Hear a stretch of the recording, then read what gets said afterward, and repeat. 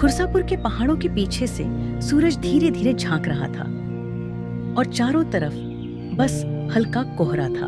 पुरानी लकड़ी की खिड़की से धूप के टुकड़े कमरे के अंदर उतर आए थे। फैजान अपनी रंग बिरंगी रजाई में दुबका हुआ बड़े चैन से सो रहा था। रसोई में माँ ने चूल्हा जला दिया था और धुएं की महक घर में फैलने लगी थी। कड़ाही से उठती भाप ने छत के कोनों को घेर लिया था। माँ चुपचाप खाना बनाने में जुटी थी। अचानक सूरज की एक तेज लकीर फैजान के चेहरे पर पड़ी और उसकी आंख खुल गई। उसने उठकर हैरानी से चारों तरफ देखा, जैसे कोई सपना पीछे छूट गया हो। बाहर आंगन में केले के घने पेड़ों के बीच फैजान ने अपने ऊपर ठंडा पानी डाल लिया। पानी की बौछार से उसकी सारी सुस्ती गायब हो गई। दादी ने अपनी पुरानी किताब खोली और धीरे धीरे उसके पन्ने पलटने लगी। फैजान दादी के पास बैठा बड़े गौर से उन कहानियों को सुन रहा था। खुर्सापुर की ताजी सुबह में शाइक अपने पौधों को पानी पिला रहा था। खिड़की की मुंडेर पर बैठी दो गौरैयां उसे चुपचाप देख रही थीं। शाइक ने बड़े जतन से अपनी किताबें मेज से उठाई और झोले में भर ली। जब वह निकला तो माँ ने दरवाजे पर खड़े होकर उसे विदा किया। खेतों की संकरी पगडंडी पर उसके छोटे छोटे कदम सलीके से पड़ रहे थे। पानी से भरे खेतों में उसकी परछाई उसके साथ साथ चल रही थी। रास्ते में उसे दूध वाले चाचा मिले, जो अपनी साइकिल पर दूध के डिब्बे ले जा रहे थे। गांव अब पूरी तरह जाग गया था। तभी खिड़की के पीछे से फैजान ने झांका। चल भाई, लेट हो रहे हैं। भाई बस 2 मिनट रुक जा, आ रहा हूँ। शाइक और फैजन अपने भारी झोले लिए स्कूल की राह पर थे। तभी झाड़ियों के सन्नाटे में उन्हें एक पुरानी किताब पड़ी मिली। स्कूल के कमरों में पढ़ाई का शोर था, पर इन दोनों का मन कहीं और था। सबकी नजरों से छिपकर उन्होंने उस किताब का वो पुराना पन्ना खोला। वहां पहाड़ों की गोद में एक काली गहरी गुफा का धुंधला सा चित्र बना था। तभी मास्टर जी की तेज आवाज गूंजी। शांत हो जाओ सब लोग, अपनी जगह पर बैठ जाओ। उस किताब की महक और उन अनजाने रास्तों में अटका था। तुम दोनों का ध्यान कहाँ है? यहाँ बोर्ड पर देखो। शाइक ने धीरे से उस पुरानी किताब को लकड़ी की मेज के अंधेरे में छिपा दिया। दराज के अंदर अब वो किताब किसी अनकहे राज की तरह चुपचाप पड़ी थी। स्कूल के शोर शराबे के बीच शाइक और फैजन अपनी डेस्क के नीचे कुछ छिपा रहे थे। तभी पास खड़े एक बुजुर्ग की नजर उन पर पड़ी और चारों तरफ सन्नाटा छा गया। उन्होंने जैसे ही उस किताब को अपने हाथों में लिया, पुरानी यादें उनकी आंखों में खौफ बनकर तैरने लगी। स्कूल खत्म हुआ, सूरज ढल रहा था।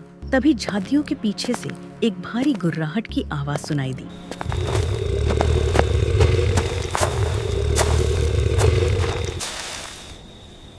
रात के साए में शाइक ने उस किताब को अपनी दराज के अंधेरे में बंद कर दिया।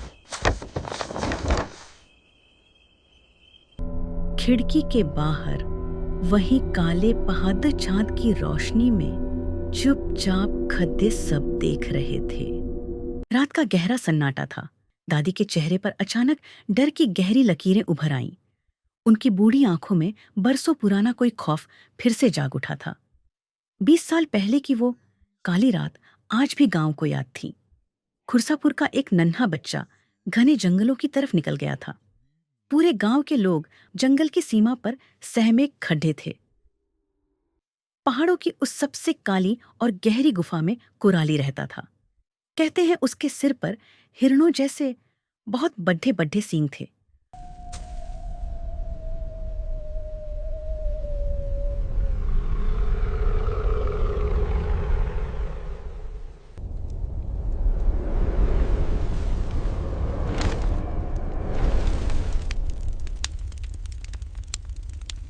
उसके लंबे और नुकीले पंजे पेड़ों की सख्त खाल को भी चीर देते थे। वो दानव अंधेरे में छिपकर मासूमों की आहट का इंतजार करता था। जो भी उस गुफा के साए में गया वो कभी वापस नहीं लौटा। गांव वाले बस दूर से जंगल की डरावनी खामोशी को ताकते रह जाते थे। वो डरावनी परछाई दादी की हर बात को सच कह रही थी।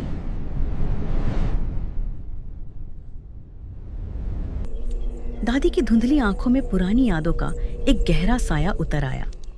वो कहने लगी कि जिसे सब कुराली कहते हैं वो हमेशा से ऐसा नहीं था। उसका असली नाम कुश था और वो खुरसापुर का सबसे नेक दिल इंसान था। सूरज ढलने तक वो खेतों में पसीना बहाता और हर किसी की मदद को तैयार रहता। गांव के बड्ढे बुजुर्ग उसे अपनी आंखों का तारा मानते थे, पर उसकी मां को मिला वो पुराना श्राप साए की तरह उसके पीछे चल रहा था।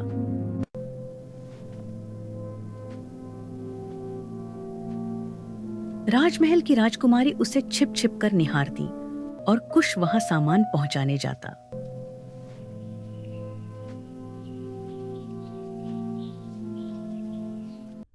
जब राजा को इस प्यार की भनक लगी तो उसने कुश को गांव से निकाल दिया। बिना किसी कसूर के उसे घने जंगलों में रहने की भयानक सजा मिली।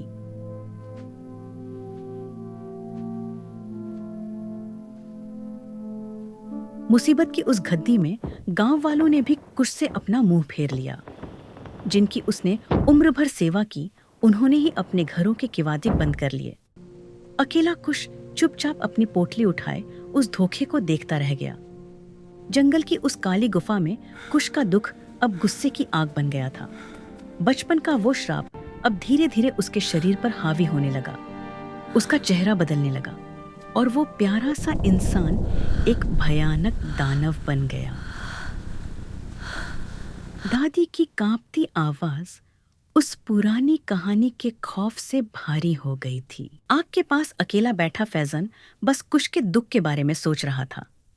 चूल्हे की मध्यम आंच उसके चेहरे पर पडिडिडी एच रही थी, पर उसकी आंखों में गहरी उदासी थी। ऐसा लग रहा था जैसे वो उस पुराने धोखे को खुद महसूस कर रहा हो। अगले दिन शाइक और फैजान बाहर पत्थर की बेंच पर बैठकर बातें करने लगे। आसपास के पेडेच पौधे हवा में झूम रहे थे, पर इन दोनों के मन में बस वो भयानक गुफा थी। शाइक की आंखों में भी उस किताब को लेकर ढेरों सवाल थे। कमरे के अंदर शाइक मेज पर वो पुराना नक्शा फैलाकर बैठा था। अपनी ऐनक लगाकर वो पहाड़ों के बीच उस छिपे हुए रास्ते को ढूंढने की कोशिश कर रहा था। फैजान भी बड़े गौर से उस नक्शे की धुंधली लकीरों को देख रहा था। नक्शा पुराना और पीला पट दहज गया था। उसके बीचों बीच लाल घेरे में वो खतरनाक पहाड़ बना था, जहां से कोई वापस नहीं आता। कागज पर लिखी वो डरावनी बातें जैसे उन्हें चेतावनी दे रही थी। सूरज की ढलती रोशनी खिड़की से अंदर आकर मेज पर बिछ गई थी। दोनों दोस्त अब उस नक्शे को देख रहे थे और उनका दिल जोरों से धड़क रहा था। बाहर खामोशी थी, पर उनके अंदर एक तूफान जैसा उठ रहा था। दादी माँ ने बिना कुछ बोले उनकी पोटलियां बांधनी शुरू कर दी। उन्होंने रस्सियों को मजबूती से कसा और खाने का डिब्बा सहेज कर रख दिया। घर के कोने में रखी वो लाठी और भारी जूते अब उनके सफर के लिए तैयार थे। सुबह के धुंधलके में जब पूरा गांव सो रहा था, वो घर से निकल पड़े। कोहरे की चादर में खुरसापुर की छतें डूबी हुई थीं और शेरू भी उनके साथ हो लिया। आसमान को छूते हुए वे पहाड़ कोहरे की चादर में लिपटे थे और चारों तरफ बस सन्नाटा ही सन्नाटा था।